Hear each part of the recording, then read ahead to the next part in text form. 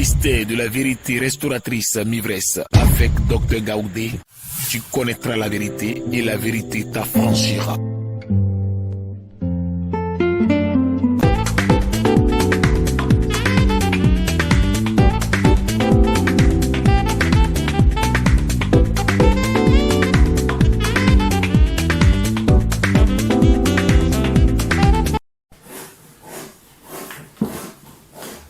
Salut tous dans le nom de Jésus de Nazareth. On va baisser la tête et on prie, confie ce moment au Seigneur. Papa, nous voulons te confier ce moment de la connaissance. Viens nous enseigner, Papa. Tu as dit, mon peuple périt faute de connaissance. Nous avons besoin de cette connaissance pour nous affranchir des mensonges de ce monde, Papa. Enseigne-nous, sois avec nous, Papa. Au nom de Jésus. Amen. La parole d'aujourd'hui est tirée de 1 Jean 3, je ne dis pas Jean tout point, 1 Jean 3, verset 8. 1 Jean chapitre 3, verset 8, la parole de Dieu dit. 1 Jean 3, verset 8, la parole de Dieu dit, celui qui pêche est du diable, car le diable pêche dès le commencement. Le Fils de Dieu apparut afin de détruire les œuvres du diable. Parole de l'Éternel. Amen. Donc voici la parole de la commission du Seigneur aujourd'hui. Ce verset nous enseigne une vérité spirituelle, une vérité dans ce monde. Il dit quoi?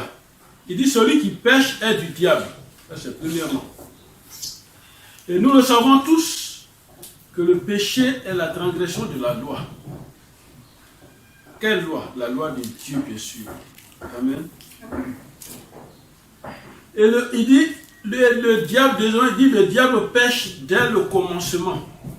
Depuis le début de toutes choses que Dieu a créé, le diable a commencé son péché. Troisièmement, il dit, le Fils de Dieu apparu afin de détruire les œuvres du diable. Deux choses. Le Fils de Dieu apparu, détruire les œuvres du diable.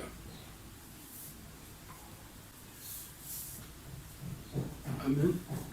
Les œuvres du diable, c'est le texte qui a été choisi ce jour pour nous édifier. Ça a été choisi par le Seigneur pour nous édifier. Et le Seigneur veut nous parler de quoi? Jésus-Christ apparu afin de détruire les œuvres du diable. C'est le thème d'aujourd'hui. Jésus-Christ apparu afin de détruire les œuvres du diable. Alors suivez-moi très bien. C'est le thème d'aujourd'hui. Suivez-moi très bien.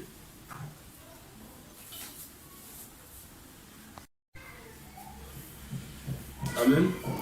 Donc je rappelle, le thème c'est Jésus-Christ apparu afin de détruire les œuvres du diable. Nous parlerons aujourd'hui des œuvres du diable. Mais avant, que nous dit la parole de Dieu dans le livre de Genèse? Prenons le livre de Genèse chapitre 2, verset 2. On va comprendre quelque chose. Le premier livre de la Bible. Genèse 2, verset 2, la parole de Dieu nous dit. Dieu acheva au 7e jour son œuvre. Dieu acheva au 7e jour son œuvre, c'est-à-dire l'œuvre de la création. On dit son œuvre. Donc on est en train de parler des œuvres.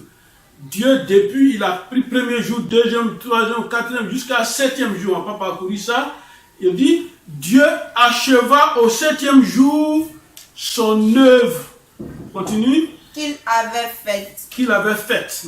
Et il se reposa au 7e jour de toute son œuvre qu'il avait faite. Alors au 7e jour, Dieu se repose de toute son œuvre.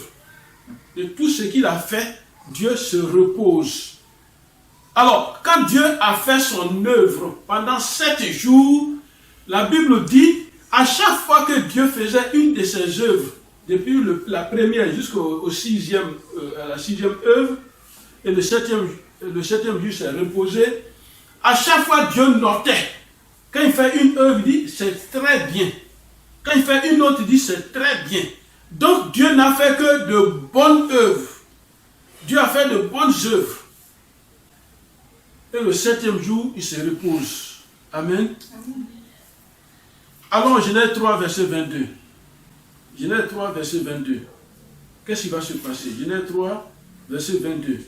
La parole de Dieu dit. L'Éternel Dieu dit. Genèse 3, Genèse 3, verset 22 à 23. L'Éternel Dieu dit. Voici l'homme est devenu comme l'un de nous. Voici l'homme est devenu comme l'un de nous. Pour la connaissance du bien et du mal. Voici que l'homme connaît le bien et le mal. Moi j'ai tout construit, j'ai fait toutes les œuvres bonnes. Maintenant l'homme il connaît le bien et le mal à partir de l'histoire du jardin d'Éden. À partir du choix qu'il a fait, l'homme connaît le bien et le mal. Empêchons-le maintenant d'avancer sa main. Alors empêchons-le d'avancer sa main, c'est Dieu qui parle. Maintenant on va empêcher l'homme d'avancer sa main parce que le choix qui est devant lui maintenant est dangereux. Attention au choix que nous faisons dans la vie. Attention au choix dans nos actes. Le choix dans nos comportements, le choix dans nos agissements, le choix dans nos décisions. Il dit empêchons-le maintenant d'avancer sa main et de prendre l'arbre de vie, d'en manger et de vivre éternellement. Alors, verset 23, il dit quoi? Et l'Éternel Dieu le chassa du jardin d'Éden pour qu'il cultivât la terre d'où il avait été pris. Amen. Donc Dieu a fait de bonnes œuvres pour nous. Tout a été déjà disponible, il a bien fait. Et puis il se trouve que l'homme à qui il a confié, l'homme a dévié. Amen. L'homme a péché, l'homme a désobéi à Dieu. Et Dieu va décider de chasser l'homme du jardin d'Éden. Les difficultés vont commencer. Il va le chasser du jardin d'Éden. Amen. Alors, qu'est-ce qu'il va se regarder cette chronologie? Papa a tout apprêté. Tout est bien. Tout est bien pour toi, pour moi, pour nous. Papa a tout fait. Chacun de nous a un père. Papa, sa pensée toujours, c'est faire en sorte que les enfants soient à l'aise. Il a tout mis en place. Il a tout fait. Et puis il dit, voilà, il faut vivre dans l'aisance. Tu dis non. Moi, je ne veux pas vivre dans les gens. Tu gâtes la télévision, tu gâtes tout, tu gaspilles tout, tu gâtes tout. Qu'est-ce que papa fait? Il prend une décision ferme. Amen. Apocalypse 12, verset 12. À cause de ce qui va se passer, à cause des dispositions qui ont été prises pour l'homme jusqu'au jardin d'Éden et que nous n'avons pas considéré ces choses-là, nous avons fait notre choix. La parole de Dieu dit, Apocalypse 12, verset 12, le dernier livre de la Bible, prenez-le, on va lire. C'est pourquoi, réjouissez-vous, voilà. cieux. Il dit, les cieux, soyez contents, ce qui est en train de se passer. Et vous qui habitez dans vous qui habitez la terre. Malheur à la terre et à la mer. À la terre et à la mer. Car le diable est descendu vers vous. Animé d'une grande colère, sachant qu'il a peu de temps. Voilà. Ce que nous vivons actuellement, c'est que nous pensons que nous vivons dans un monde heureux, un monde bien, un monde sans problème. Mais le diable est animé d'une colère contre l'homme, pas contre les serpents, contre les moutons, contre les lions, non. Animé d'une grande colère parce que tout ça, toute la création de Dieu, il a donné à l'homme. Ça ne plaît pas à Satan. Et nous vivons cette colère maintenant. Amen. Mais c'est dans cette colère nous sommes. Nous croyons que nous fabriquons des armes, on est puissants, on a les bombes atomiques, on a les ordinateurs, on a tout. On croit qu'on est à l'aise. Nous-mêmes, on est en train de contribuer à la destruction et à notre destruction. Amen. On n'écrit pas un fusil, un pistolet, un fusil pour s'amuser. On crée ça, on fabrique ça pour tuer.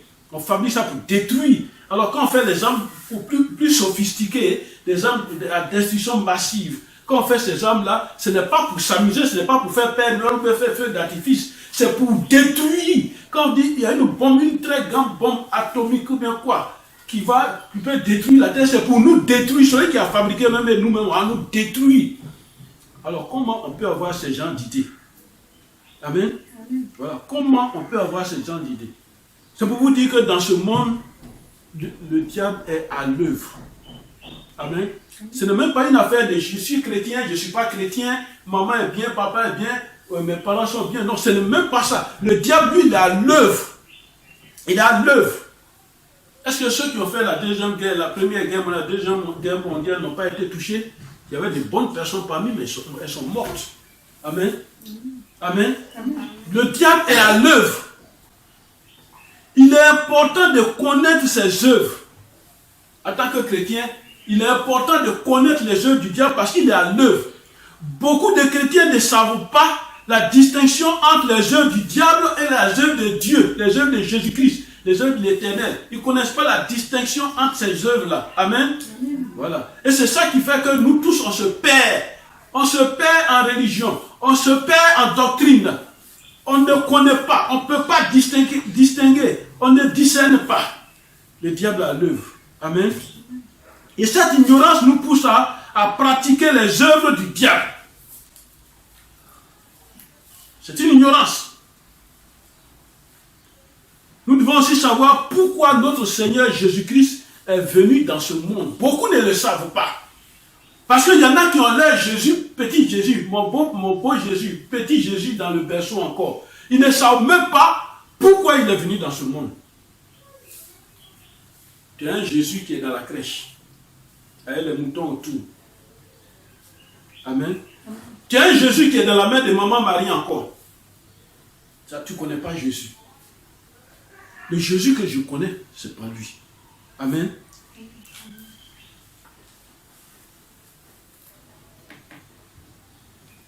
Les œuvres, Jésus, le Fils de Dieu est apparu pour détruire les œuvres, ce n'est qu'une partie de sa mission sur la terre. Ça y est, dans sa mission sur la terre, détruire les œuvres du diable. Amen. Alors celui qui pense que Jésus n'est pas fait pour ça, non, Jésus est venu pour détruire les œuvres du diable. Alors suis-moi bien. Chrétien, suis-moi bien. L'ignorance et le manque de connaissances tuent. Même si tu n'es pas chrétien, l'ignorance et le manque de connaissances tuent. Pourquoi on va à l'école? L'école permet d'ouvrir un peu l'esprit. Amen. Voilà, ça permet d'ouvrir un peu l'esprit. Sinon, nos parents, ils connaissent quand même un peu quelque chose. Qui n'ont pas été à l'école, ils connaissent quelque chose un peu. Mais l'école facilite beaucoup de choses. Amen. Pour que l'ignorance, donc le manque de connaissances là, pour que ça ne nous détruise pas. Alors, quand tu rentres dans un domaine donné, que ce soit un domaine spirituel, que ce soit n'importe quel domaine, il faut chercher à connaître, il faut avoir la connaissance dans ce domaine pour ne pas être grugé, pour ne pas sombrer dans l'ignorance. Nous devons faire la différence entre les œuvres du diable, et je répète, et les œuvres de Jésus-Christ. On appelle œuvre, c'est quoi? Le travail du diable et le travail de Jésus-Christ. On doit faire la distance, la différence. Mais aujourd'hui, nous parlerons des œuvres du diable. Une œuvre, c'est le travail que l'on fait. Amen. Et la manière dont on travaille habituellement. Comment travaille le diable? C'est ce que le chrétien doit d'abord savoir. Un militaire, il va à l'école, il va dans l'école des armes, de l'armée, c'est pour apprendre, non seulement apprendre à tirer, il connaît l'arme, mais quand il connaît l'arme, sa composition, il connaît comment on démonte, comment on remonte, tous ceux qui sont encore habillés connaissent ça, comment on monte, comment on démonte totalement, on remonte, comment on nettoie. Ils connaissent, ils ont étudié les balles, ils ont étudié les armes, ils ont étudié toutes les armes. Donc un vrai corps habillé, quand il attend, il sait que c'est quelle âme qui résonne, il connaît. Amen. Alors nous dans le monde, je parle d'abord, nous qui ne sommes pas encore habillés dans le monde, nous devons chercher à connaître beaucoup de choses. Cela va nous arranger d'abord. Maintenant quand tu viens en Christ, quand tu viens en Jésus-Christ et que tu deviens chrétien, sois le vrai chrétien. Cherche à connaître les œuvres du diable. Quelles sont les œuvres du diable? Parce que, pourquoi je donne l'exemple de l'armée? Parce que les soldats, les corps habillés vont combattre. Et quand ils vont combattre, ils ne combattent pas bêtement. Ils ne gaspillent pas leurs balles. Ils ne gaspillent pas leurs armes. Pourquoi pour un seul bandit qu'on poursuit, on prend une arme nucléaire pour envoyer contre le bandit? C'est un grand gaspillage. Amen. Est-ce que vous me suivez? Amen. Quel est son travail habituel? Je parle du diable. Quel est son travail habituel?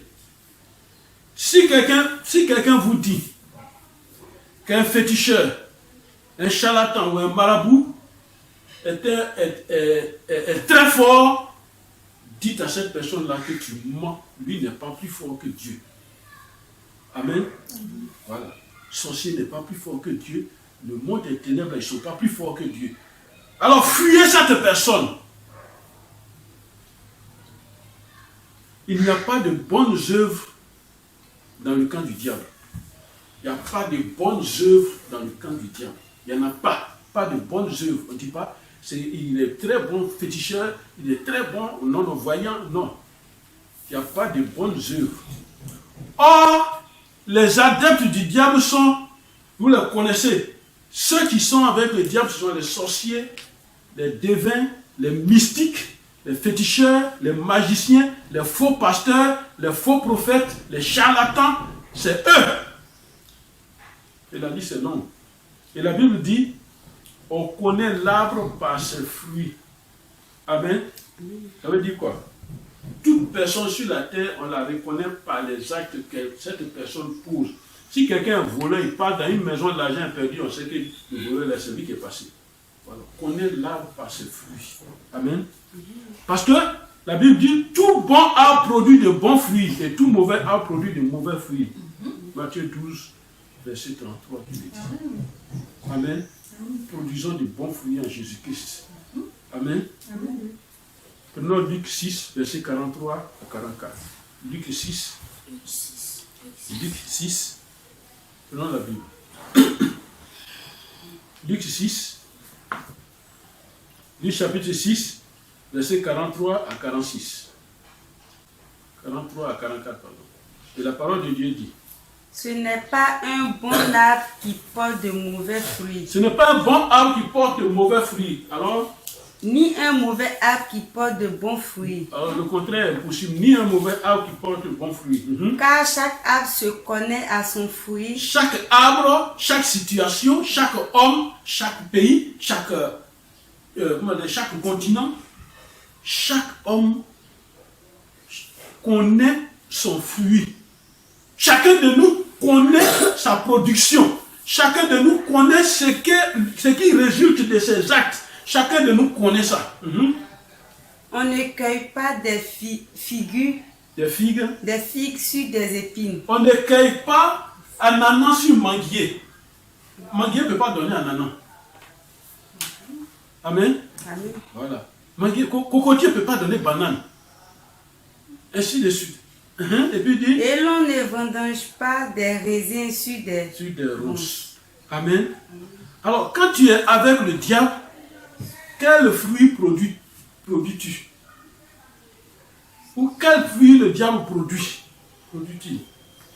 Faisons attention à ce que ce qu'on nous miroite. Faisons attention à ce qu'on nous miroite dans la vie de tous les jours. On va nous miroiter des choses. Faisons attention. Faisons attention aux illusions.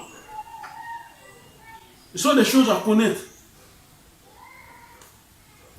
Faisons attention aux séductions et aux menteurs.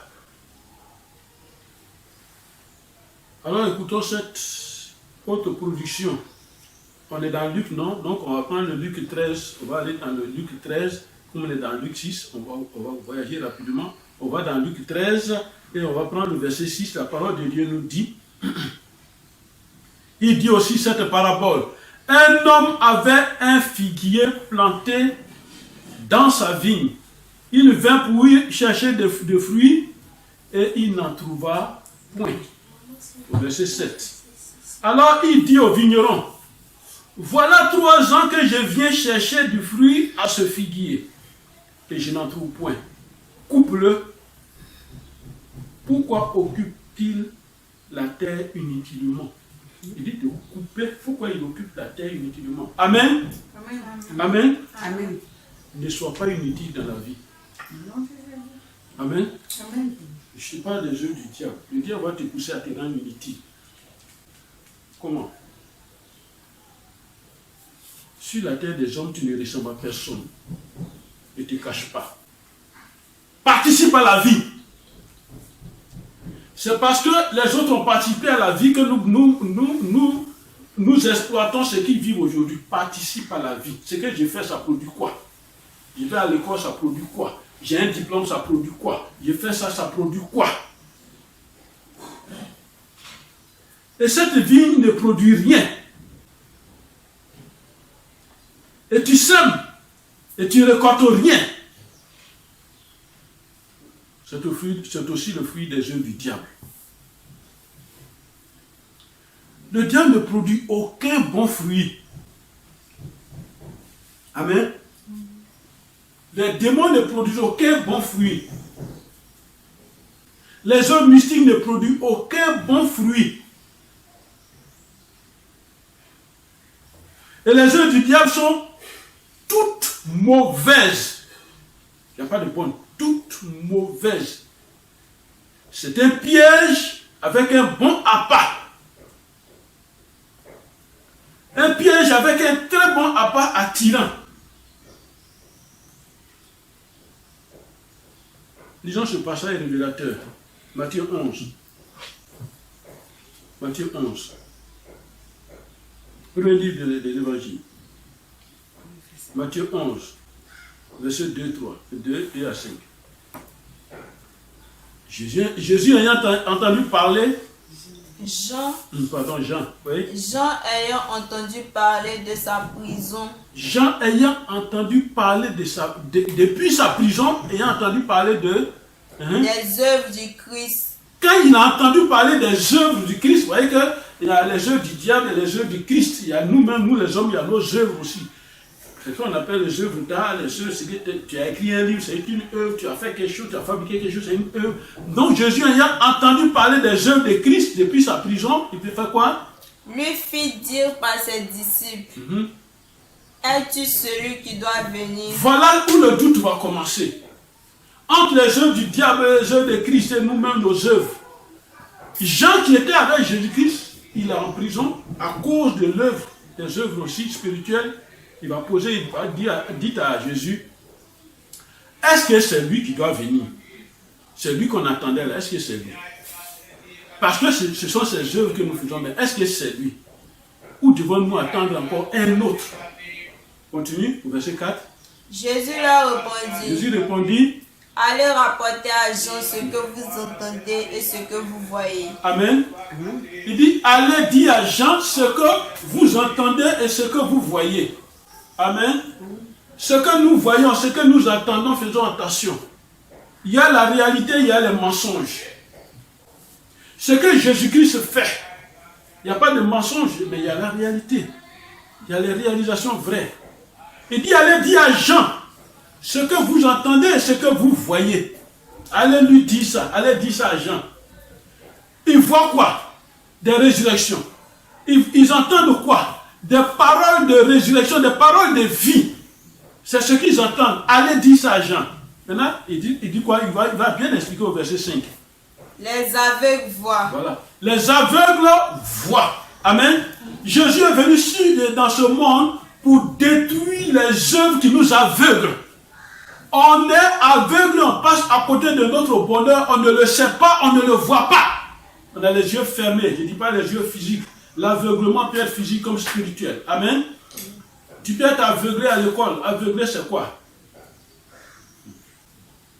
Tu ne vois pas là où tu dois étudier, ce que tu dois faire pour comprendre et puis passer en classe supérieure. Non, tu ne vois pas ça. Il dit les aveugles voient. Et puis les boiteux marchent. Les boiteux marchent. Les gens qui marchent difficilement. Les gens dans les situations marchent difficilement, sont handicapés. Handicapés spirituels. Handicapés physiques. Il dit cela, ils marchent. Jésus est venu pour que ton handicap disparaisse. Amen. Et qui est derrière cet handicap-là? Qui est derrière le manque d'intelligence? Qui est derrière tes échecs? Jésus est venu pour que celui-là qui est derrière, il disparaisse. Amen. Alors il dit, allez leur dire que les aveugles voient. Ceux qui ne comprenaient rien, même partout là, ils entendent bien et ils comprennent maintenant. Amen. Amen. Les boiteux, ils marchent. Tu vas marcher dans la vie. Amen. Aller vers ton bonheur, c'est difficile. C'est difficile. C'est ce qu'on appelle boiteux. Handicapé. C'est difficile. Va chercher travail, c'est difficile. Tu ne peux pas. Tu as trouvé qu'il n'y a pas de travail. Et tu es là boiteux. Les boiteux marchent. Les lépreux font quoi? Les lépreux sont purifiés. Les sourds entendent. Amen. Pourquoi Jésus est venu? Jésus dit, je vous enverrai le consolateur, l'esprit de vérité. Il vous dira tout ce qu'il aura entendu. Mais si toi tu es sourd, c'est-à-dire tu fermes tes oreilles à Jésus-Christ, ce que le Saint-Esprit va entendre là-bas, même si c'est un complot, si c'est ta réussite, ce que le Saint-Esprit va entendre là-bas, il ne va pas venir te le dire. Amen. Amen. Je vous ai fait ce témoignage qui m'a marqué dans ma vie. Amen. Quand j'ai passé le BBC, on doit mettre une bande d'oral, on met une bande comme ça, il n'y a rien dessus, il n'y a pas d'écriture. Et puis tu dois raconter l'histoire avec le professeur. Or, le point central de cette histoire, c'était puits. Je ne connaissais pas le mot puits là, en anglais. Et c'est la nuit, en regardant mes choses, j'ai étudié, puis je suis parti dormir. Et puis c'est dans mon rêve qu'on me donne le nom puits en anglais. J'arrive à l'examen, c'est ça qui est au centre. C'est-à-dire l'enfant joue ballon autour d'un puits. C'est ça qui est au centre. Dieu peut nous révéler des choses. C'est pourquoi il dit, les aveugles voient, les sourds entendent.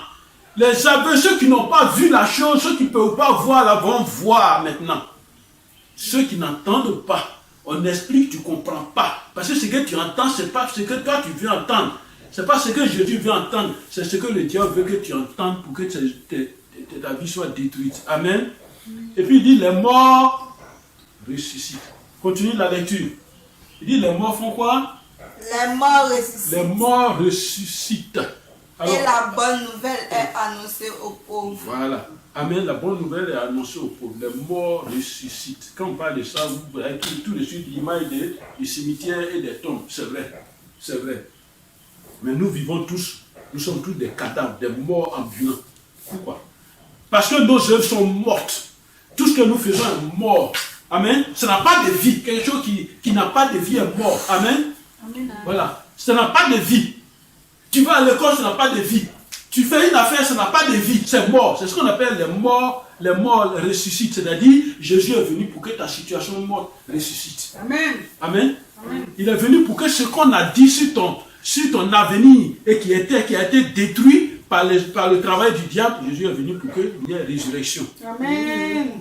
Amen. Amen. Est-ce que tu me comprends ce matin? Amen. Alors quand Jean était en prison, le doute a commencé à se manifester en lui, comme pour dire, est-ce que nous sommes dans de mauvaises œuvres ou dans de bonnes œuvres? On peut poser cette question. Toi qui es à l'église, est-ce que tu peux te poser cette question? Est-ce que c'est une bonne œuvre ou bien une mauvaise œuvre? Jésus-Christ, c'est une bonne œuvre. Amen. Amen. Amen. Amen. Il demande, est-ce que nous devons entendre encore de bonnes œuvres? Et c'est la question qu'il pose. On est dans Matthieu 11, disons le verset 4.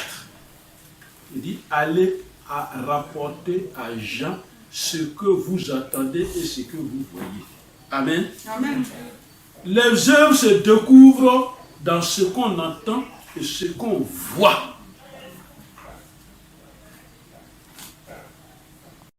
Amen. Qu'est-ce que tu entends dans ce monde? Qu'est-ce que tu entends dans le christianisme? Les mensonges, les fausses prophéties, les prophéties séductrices, les prophéties de séduction, les paroles de division de famille, les paroles de manipulation mentale, de fausses doctrines, les traditions des hommes dans les églises. Qu'est-ce qu'on voit? Les hommes qui se font passer pour Dieu, Jésus-Christ lui-même. C'est ce qu'on voit maintenant. Les gens qui se prennent pour Christ lui-même. Des serviteurs qui sont les chemins pour arriver à Christ. Oh, Jésus a été clair, il dit, je suis le chemin, la vérité et la vie. Nul ne vient au Père que par moi. Mais toi, tu prends une autre personne et c'est par cette personne-là que tu vas arriver à Jésus-Christ. Aujourd'hui, ça divise, ça gâte des foyers, ça gâte des maisons. Parce que c'est pasteur ou prophète qui est devenu l'homme qui doit réfléchir pour la maison. Jésus donne une précision à Jean. Amen. Amen. Il donne une précision à Jean dans le verset 5. Il dit, les aveugles voient, les boiteux marchent, les lépreux sont purifiés, les sourds entendent, les morts ressuscitent. Tous ces mots que Jésus a cités, c'est-à-dire mots M-A-U-I, tous ces mots que Jésus a cités sont les fruits du diable. Il faut les comprendre sur deux plans.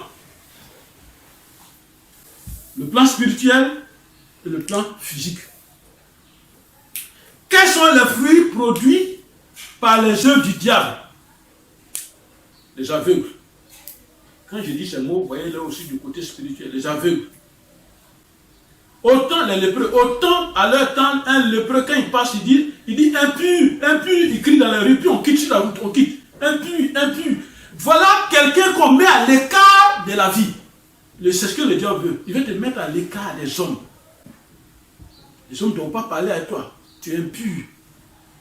Et c'est pourquoi il met des maladies dans ce monde-là qui font que quand tu as peur de toucher cette personne.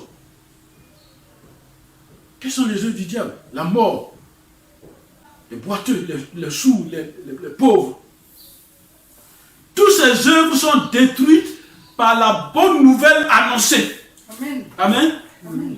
Quand vous attendez la vraie parole de Dieu, la vraie parole de Dieu va vous révéler les mensonges du diable. Et une fois que tu as reçu, tu as compris les mensonges du diable, tu es affranchi.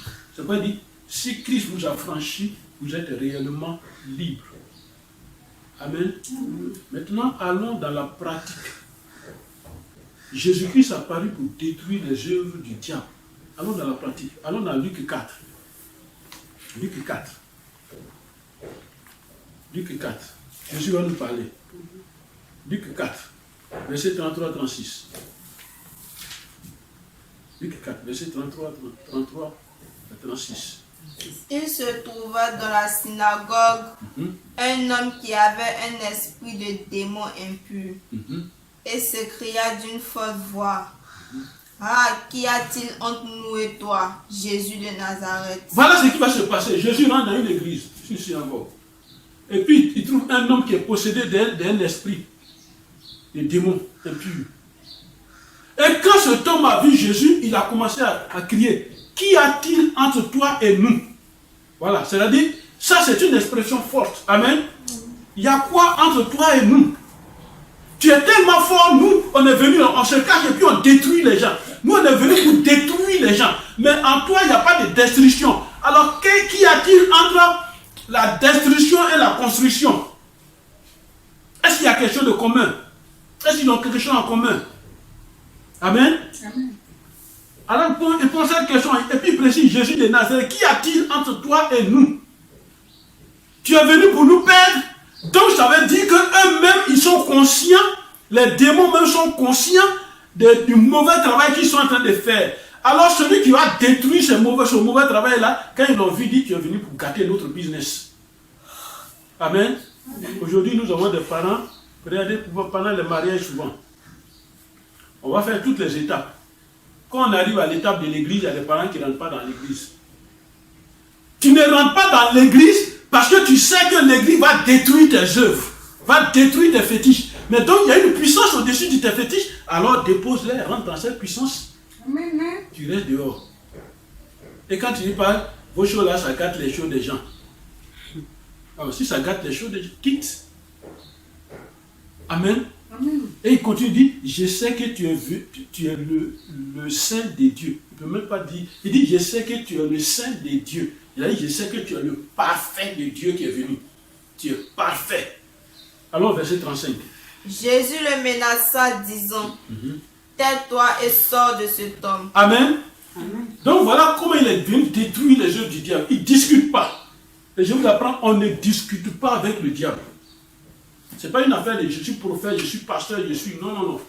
Tu as une manifestation démoniaque, diabolique devant toi. Regarde la phrase de Jésus. Il dit, tais-toi, sors de cet homme. C'est tout.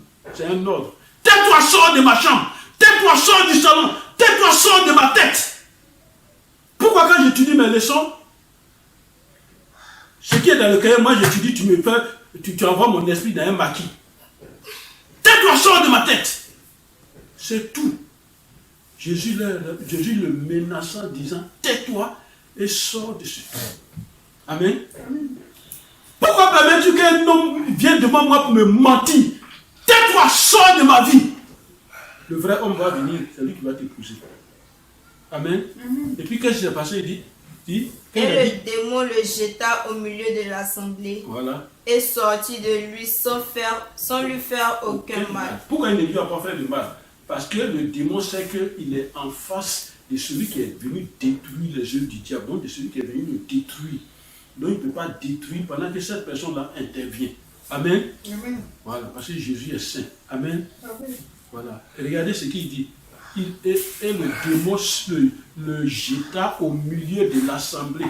Le démon, là, il est tellement fâché qu'il a jeté. Comment? Quand le mal, les démons viennent, ils rentrent dans l'homme. Ils ne sont pas comme Bic et autres. Non, non. Ils rentrent dans l'homme pour le travail pour lequel il est venu. Et ils rentrent dans l'homme. Maintenant, quand ce démon-là, quand cet homme-là croise un vrai homme de Dieu qui est vraiment pur, qui est bien, avec son autorité, quand il donne l'ordre, le démon doit sortir. Mais comme c'est une opposition, il veut s'opposer, il ne veut pas quitter la maison. Il dit c'est sa maison. Et effectivement, c'est sa maison, ton corps, c'est sa maison. Pourquoi?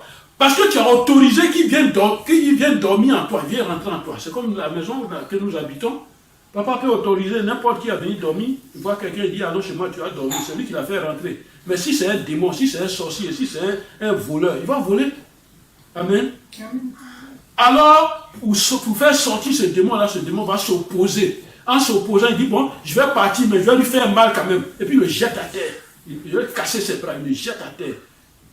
Jésus est là, il n'est plus à faire aucun mal. Amen. Alors, verset 36. Au verset 36. Tous furent saisis de stupeur. Et ils se disaient les uns aux autres. Tout le monde est étonné et puis entre eux ils se disent. Quelle est cette parole? Un instant. Quelle est cette parole? Je veux que tu retiennes ce genre de paroles. Il dit tais-toi et sors de cet homme. C'est cette parole-là. Quelle est cette parole? Celui qui est venu détruire les œuvres du diable a eu une parole de puissance, de destruction. Il n'est pas venu à une épée, à un marteau, à un gourdet, avec quoi que ce soit. Non, non, non. C'est la parole. Amen. Il n'est pas venu à un fusil, ni kalachnik, il n'est même pas venu à un canon, rien. Par la parole. Alors, eux-mêmes sont étonnés, les hommes sont étonnés. Quelle est cette parole? Amen. Quelle est cette parole que tu écoutes encore aujourd'hui? Quelle est cette parole de vérité? Et puis, continue. Qu'est-ce qu'ils disent?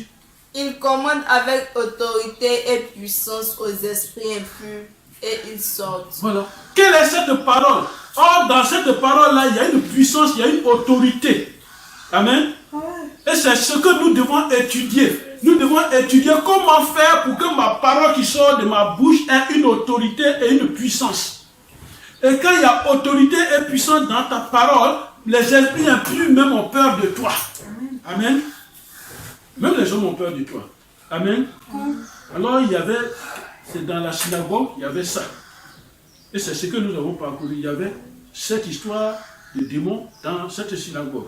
Et quand Jésus y est entré et qu'il a vu, voilà les cris qu'il a poussés. Il faut retenir ça. Tu es venu nous perdre. Tu es venu pour nous perdre.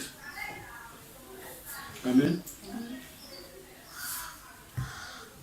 Parce qu'il connaissait Jésus. Il savait que Jésus est venu pour détruire les œuvres du diable. Amen. Amen. Amen. Alors, le diable était venu détruire cette synagogue-là. en entrant dans le corps d'un fidèle, il était venu détruire cette synagogue. Et c'est ce à quoi nous ne faisons pas attention maintenant. Quelqu'un vient à l'église aujourd'hui, il a donné 500 000 euros, oh, le met à un haut niveau. Pourtant, il peut être un adepte du diable. Amen. Amen. Ça peut être un envoyé du diable. Et c'est ce que nous vivons. L'église est devenue un lieu de business du diable. Un lieu d'échange satanique. Un lieu de commerce diabolique. Et c'est pourquoi Jésus est entré dans ce temple-là et a chassé les gens. Il a chassé toutes ces personnes, les commerçants, les acheteurs, les échangeurs, les vendeurs, il les a tous chassés. Il a renversé tout, il a tout mélangé dans ce temple-là. Amen. Amen. Lisons Apocalypse 1, verset 11. Apocalypse 1, verset 11. Dans le livre d'Apocalypse, dernier livre. Dernier livre, Apocalypse 1, verset 11. Que nous dit la parole de Dieu? Qui disait, Il disait, ce que tu vois, écris-le dans un livre. ce que tu vois, écris-le dans un livre. Et envoie-le aux 7 églises. Voilà, envoie-le aux 7 églises. Quelle église? À Éphèse, Éphèse, à Smyrne, Smyrne, à Pergame, Pergame, à Thyatire, à Sardes, Sardes, à Philadelphie et à Laodicée. Amen. Ce que tu vois, écris-le et envoie-le à l'église de temps. Envoie-le dans toutes les églises. Amen. Parce que les œuvres du diable, dans ce chapitre de l'Apocalypse, il définit chaque église. Il y a 7 églises, selon leur comportement, leur vie, leurs actes, selon les œuvres. Nous allons prendre seulement une seule église, l'église d'Éphèse. L'église d'Éphèse, et on va comprendre parce qu'il dit écris-le à l'église d'Éphèse. Alors, prenons Apocalypse 2, verset 2-6. Apocalypse 2, verset 2-6, et disons ce qu'il dit de l'église d'Éphèse. On va voir les œuvres de l'église d'Éphèse. Après, il y a les autres églises, on ne va pas voir toutes les œuvres, mais il y a les œuvres quand même. Lequel a attesté la parole. Apocalypse 2, verset, Je connais tes œuvres, verset 2 à 6. Ouais, continue. Je connais tes œuvres. ton travail Ton travail, je connais ton travail, tes œuvres. et ta Et persévérance. ta persévérance. Je sais que tu ne peux supporter les méchants, Voilà. Tu ne peux supporter les méchants. Vous voyez, ça c'est que tu bien. as approuvé. Ceux qui se disent apôtres Ceux qui se disent apôtres, ils ne sont même pas appelés. Et ceux qui se disent serviteurs de Dieu, ça existe dans les églises comme ça. et qui ne sont pas, et que tu as trouvé menteur. Voilà, ils sont menteurs. Au verset, Que tu as de la persévérance, que tu as souffert à cause de tu mon nom, persévères, tu as de la persévérance, c'est bien. Que tu as souffert à cause de mon nom. et que tu ne t'es point lassé. Mais tu n'es pas fatigué. Mais ce que j'ai contre toi, Voilà les œuvres que j'ai contre toi, église d'Éphèse. Voilà les œuvres que j'ai contre toi. c'est que tu as abandonné ton premier Voilà. amour. Tu as abandonné ton premier amour, Jésus-Christ. Tu l'as abandonné et maintenant tu t'es donné à une œuvre d'un prophète, d'un soi-disant Jésus, un autre Jésus. C'est lui, tu as abandonné ton premier amour. Alors il lui dit quelque chose d'important. Au verset suivant. Souviens-toi donc d'où tu es tombé. Souviens-toi donc d'où tu es tombé. À un moment donné, l'Église doit se souvenir d'où elle est tombée. Mais comme c'est un lieu de business, on ne peut pas savoir, on peut pas avoir, on est tellement aveuglé qu'on ne peut pas se poser cette question. Où est-ce que je suis tombé? Est-ce que nous sommes vraiment sur la voie? Amen. Amen. Amen. Et le ministère de la vérité restauratrice te montre le chemin de la vérité. Amen. Et puis il dit quoi? Si tu découvres là où tu es tombé, qu'est-ce que tu dois faire? Répands-toi. Et puis tu vas faire quoi? Et pratique tes premières Les œuvres. premières œuvres. Sinon, je viendrai à toi Je viendrai à toi et j'ôterai ton chandelier et je vais enlever de ton sa place, chandelier de sa place. à moins que tu ne te À moins repentes. que tu ne te repentes. Amen. Au verset 6, il dit, Tu as pourtant ceci, c'est que tu es les œuvres dans les Nicolaïtes. voilà ce que tu as. Tu n'aimes pas Tu n'aimes pas, mais c'est petit. Tu hais, tu as dépassé, n'aimes pas. Tu hais les œuvres des Nicolaïtes, les œuvres que je hais aussi. C'est-à-dire ce que j'ai hais, voilà, c'est ça que tu as de particulier. Tu as pourtant ceci, c'est que tu hais les œuvres de Nicolaïtes. Amen. Amen. Alors ça, vous allez parcourir toutes les autres églises dans Apocalypse 2, là, 1 et 2, là, vous allez parcourir toutes les autres églises. Il n'y a pas une église que quelqu'un a créée qui n'est pas entre les 7 églises. Amen. Et dedans, on va vous parler d'une église qui pratique l'amour. Amen. Amen. Amen. Que le nom de Dieu soit béni. Amen. Alors voilà une partie de cet enseignement que nous allons continuer. Dimanche prochain pour terminer. Voilà donc ce que tu viens d'écouter encore aujourd'hui. Cette parole que tu viens d'écouter, c'est une parole de vie. Il est important donc pour toi de connaître les œuvres du diable, les œuvres de Jésus-Christ, les œuvres des hommes, et puis savoir marcher. Les œuvres du diable détruisent. Il n'y a aucune œuvre du diable qui puisse construire l'homme. Amen. Amen. Que ce soit, quand on parle des loges mystiques, ce sont les œuvres du diable. Qu'on parle, parce que le diable, Satan, il est tellement rusé, rusé dans ses œuvres. Quand Satan va vers les grands intellectuels, il envoie le mystique. C'est-à-dire les œuvres mystiques qui sont basées sur la connaissance. Et il va utiliser ce que tu as appris en philosophie pour les développer dans le mystique, ce que tu as appris en psychologie pour les développer dans le mystique. Et il va faire en sorte qu'il n'y ait pas de talisman, c'est-à-dire qu'il n'y ait pas de fétiche dans ça. Mais seulement, ce sont des courants de pensée. Et toi, tu vas épouser ces courants de pensée-là et le diable t'a récupéré comme ça. Mais quand il va vers ceux qui n'ont pas été à l'école, les analphabètes, qu'est-ce qu'il fait? Il fait croire que la montagne-là est un dieu. Alors, il fait rentrer un démon dans la montagne et le démon-là parle. Il te dit, il te donne des interdits. Dans le village, là, ne mangez pas pour les temps. Moi, dans mon village, on dit, il y a une couleur rouge, il ne rentre pas dans le village. Ça, c'est le totem du village. Il y a le campement de mon oncle qui était voisin à notre campement, mon oncle. Dans son campement, on ne siffle pas. On ne fait pas ça. C'est interdit. Alors, quand tu as sifflé, quand on te donne un piment rouge et que tu manges, tu ne dois pas cracher ça. Amen. Voilà des interdits. De nombreux interdits. On avait aussi une rivière, quand on va au campement, une rivière, il ne faut pas tomber. Il ne faut pas tomber dans cette rivière. Si tu es tombé, ce qui est cher sur toi, c'est ça, tu enlèves et puis tu laisses dans la rivière. C'est-à-dire, si tu avais une boule d'or dans ta poche, tu tombes, tu enlèves la boule d'or là, tu laisses dans l'eau pour sauver ta vie. Voyez comment les œuvres du diable nous détruisent. Amen. Si tu avais un joli portable en main, que tu tombes, laisse le portable là dans l'eau en même temps. Et puis tu t'en vas. Voilà ce que le diable veut. Nous détruire. Que la paix du Seigneur soit avec nous. Amen. Que Dieu nous soutienne. Amen. Et que ce message-là, il nous fortifie dedans au nom de Jésus. Amen. Merci Seigneur. Père, voilà ton enfant a écouté la première partie de ce message.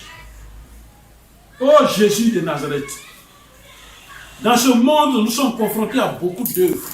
Les œuvres du diable, les œuvres de Jésus-Christ et les œuvres des hommes. Papa, nous voulons, papa, rentrer dans les œuvres de Jésus-Christ. Alors ton enfant qui a écouté ce message, que toute œuvre démoniaque dans sa vie soit détruite au nom de Jésus. Fais-le rentrer dans les œuvres de Jésus-Christ afin que sa vie soit une vie abondante. Bénis ton enfant qui a écouté ce message. Au nom de Jésus. Amen. Amen. Été pris. Amen. Amen. Donc les problèmes ont commencé là maintenant. Les dispositions particulières et importantes, intéressantes pour chacun de nous. Depuis nos premiers parents, Dieu a mis un jardin qu'on appelle Éden et il a mis nos premiers parents. C'était pour qu'on soit à l'aise sans problème. On ne connaît pas le mot problème. Mais vous allez voir dans les évangiles, la parole de Jésus-Christ, Jésus dit jamais problème, il dit besoin. Il dit faites savoir vos besoins. Il dit en toute chose déchargez-vous sur moi tous vos soucis. Donc il appelle problème, besoin, souci. Mais c'est nous, on est rentré dans les problèmes et on appelle ça problème. Amen. Amen. Alors qu'est-ce que la prophétie va dire? La prophétie va dire dans Apocalypse 12, verset 12, la prophétie va nous parler. Il y a eu guerre dans le ciel et quelque chose va se passer. Dieu va décider quelque chose, Dieu va faire quelque chose. C'est pourquoi. Il dit c'est pourquoi. Réjouissez-vous. Il dit c'est pourquoi. Après ce combat-là, les cieux, soyez contents, soyez heureux parce que ça ne va plus se passer là-bas. Et vous qui habitez Dans les cieux, ils sont heureux, ils n'ont pas de problème. Malheur à la terre et à la mer. Malheur à la terre et à la mer. Déjà, ça veut dire que toi qui es sur la terre, tu dois savoir que nous sommes plongés dans le malheur. Amen.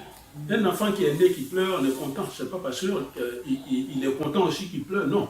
Dès qu'un bébé naît, il voit dans une grande révélation qu'il est rentré dans un monde où il voit c'est la guerre. On est en train de se macheter, de se tirer dessus, de faire tous les complots. Il voit tout ça en même temps. Sa vie fait peur, il pleure. Amen. Il dit malheur à la terre. Car le diable est descendu vers vous. Il est descendu vers nous. Animé d'une grande colère. On dit un instant. On dit la colère que le diable a actuellement là. Contre la terre, ce n'est pas petite colère. C'est pas faire des sorcelleries dans ma famille, je n'ai pas sorcellerie dans ma famille, non. C'est une grande colère contre l'humanité, contre toute la terre. Animé, on dit il est animé. C'est-à-dire ça y est dans son corps, ça y est en lui. Il est animé d'une grande colère. Pourquoi? Parce que il y a quelque chose qu'on doit retenir, sachant que le temps qui lui reste est court. Le diable sait que tout ce qu'il est en train de faire là, il sait que le temps est court. Pour nous les hommes, le temps est long.